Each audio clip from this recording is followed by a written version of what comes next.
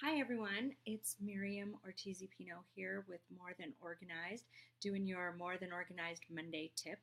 And I am not in my usual surroundings, as you can see. I am on a holiday trip with my family and may have kind of slow internet here, so we're gonna see what we can do. But because of the change, I didn't want to do something too fancy, so I want to go over a blog post I wrote a few years ago, and I'm just going to kind of read it to you story time like because it is such a great post about dealing with holiday and New Year's resolutions and some things you can do to help make that more achievable instead of just giving up on your holiday resolutions right away.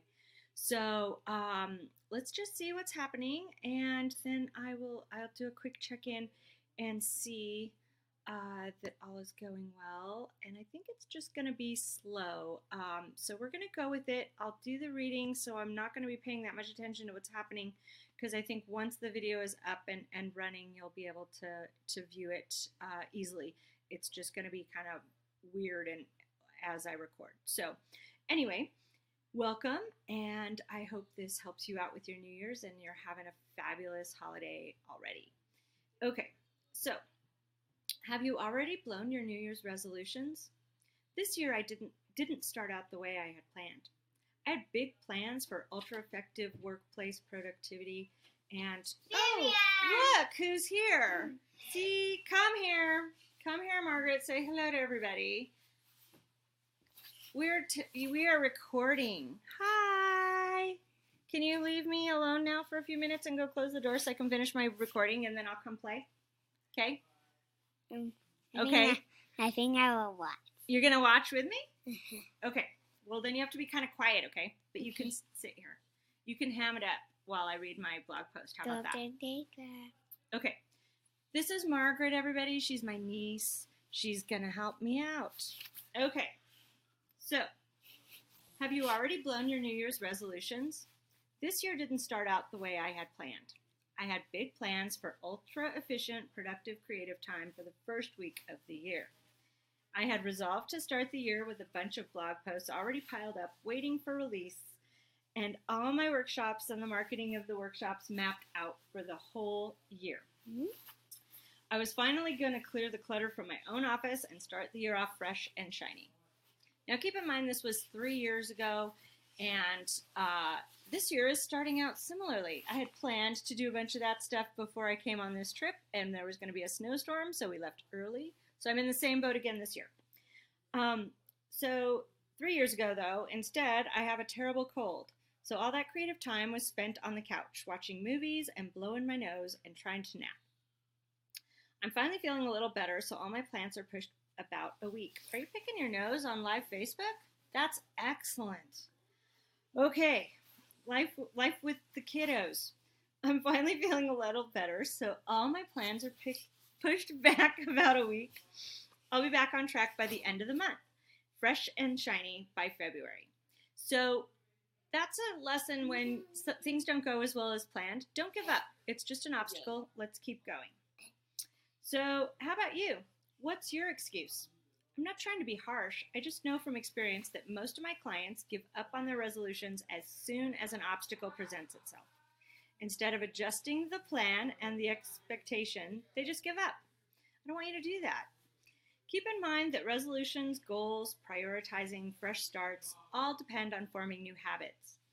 And forming new habits takes time. They have to be absorbed and integrated into our days and into your mind and into your body. So here are the most frequent stumbling blocks and what you can do about them to actually benefit your resolutions. Hopefully develop some new habits this year.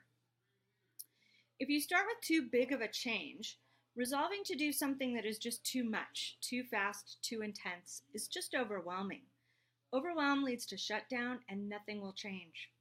You know it's too big if just thinking about it makes you want to cry or freeze. Instead, try reframing the change for all at once, perfect, all the time scenario into something you will strive to achieve over time. Turning it into a learning opportunity takes some of the intensity out of it, and it becomes trial and error and try again. So vow to get better or good at something, not to be perfect at it from the get-go. Getting organized is the perfect example of this. Don't think you're going to organize the whole house all at once and thinking it will stay that way. Instead, strive to put your toys away every day. The horizontal surfaces, the desk, the counter, the desktop, the coffee table, all cleared up once a week, and then go through one area at a time. The next thing that trips people up is that some things you want to do take some actual setting up, and we don't plan for the setup part, so it gets frustrating up front. So this one is a failure to plan. When you don't have the right tools for the job or the appropriate time in the schedule or the cooperation of others involved, it'll feel like a fight. And it's impossible to keep something up when you feel beat up after doing it. So take the time to do that planning. So instead, take a step back, do the planning, and set it up. Modify the plan so it's realistic and doable. Set yourself up for success. What's the minimum amount you need to do this new thing? Knowing that will allow you to keep going despite obstacles. Create a checklist and get it done. Just don't get so caught up in perfect planning. Just make the plan. Do you need new hangers? Do you need trash bags? Do you need a new yoga mat? What do you need to get your resolution set up right? Because if you say, I'm going to start a yoga practice every day and you don't even have a yoga mat, you may put it off the first day and then you'll say, well, I didn't get it done. Beat yourself up a little bit and then give up. So you want to make sure you have the tools you need to do the job. All right. Oh, look at that. What I wrote. You want to lose weight and be healthier, but you don't know how to fit the treadmill and the juicer into the house, much less squeeze realistic time into your schedule. So you diet, then you snack and say it didn't work. This time, try getting rid of all the unhealthy snacks in your house and then not buying more.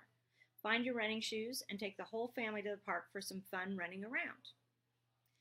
So another thing that trips people up is not having your resolution tied to your actual values. And so you need your foundation in place to build on. Trying new things because you should or because everyone else is doing it will only make you resentful and you will look for any excuse to stop. Instead, take the time to know what you stand for. And once you know that, all the change will be easier. Decisions will be easier, long-lasting results will be yours.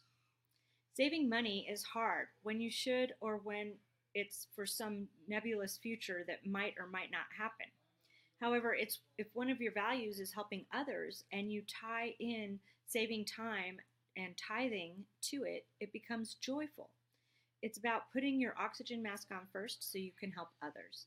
Save yourself so you are available for others. Now that you know these tricks, look at your resolutions again. Do the ones you have already feel like you're going to abandon them at the first obstacle? Now you have some tools to plan them the right way. Think ahead, tie them to your values, and plan for the obstacles. What are you going to do instead if something stops you in your tracks? Just work around it and keep going because it takes time to develop your habits. Thanks for bearing with me in the unusual location with the unusual visitor, and have a happy new year. See you next week. Bye.